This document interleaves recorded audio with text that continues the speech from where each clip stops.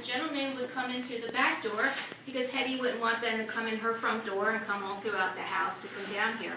Gentlemen would come here to smoke cigars and drink and eat. Oysters were very popular back then. They were brought in from the Chesapeake and Baltimore. They would play card games, chess, checkers, dominoes. Now, George had everything all ready to go. He hadn't opened up his businesses yet. He was waiting to return from the war. Hetty couldn't run the businesses because she was a woman. There wasn't a lot women could do to help make money for their families back then, and running businesses was not one of them, and especially saloons and bowling alleys were off limits for women. So she was just waiting for George to come home. He finally gets a 4-day furlough in December. It's Christmas time of 1863, and the family had a wonderful homecoming, but on December 29th, he had to head back to the war.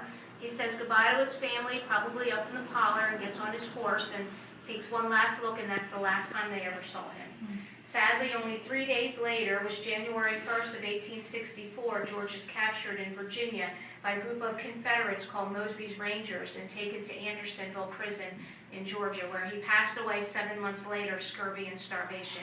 He was only 28 years old, and that's where he was buried. He was a corporal. Before he passed away, they had made him a sergeant, but on his tombstone it says corporal.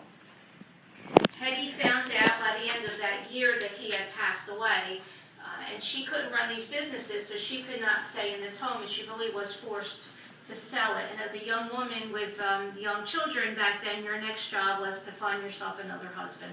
So she sells the home, moves back home with her family. She eventually does remarry a man named Daniel Pittenturf.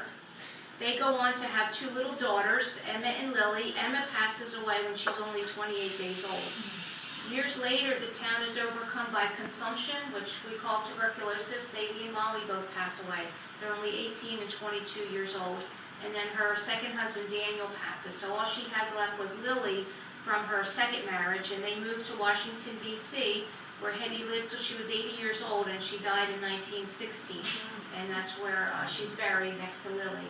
There is a great-great-great-granddaughter from Hetty and Lily's. There are no descendants of George's because Sadie and Molly had passed away. But her name is Anna Mae, and she lives in Virginia. So Hetty does have descendants from her second marriage.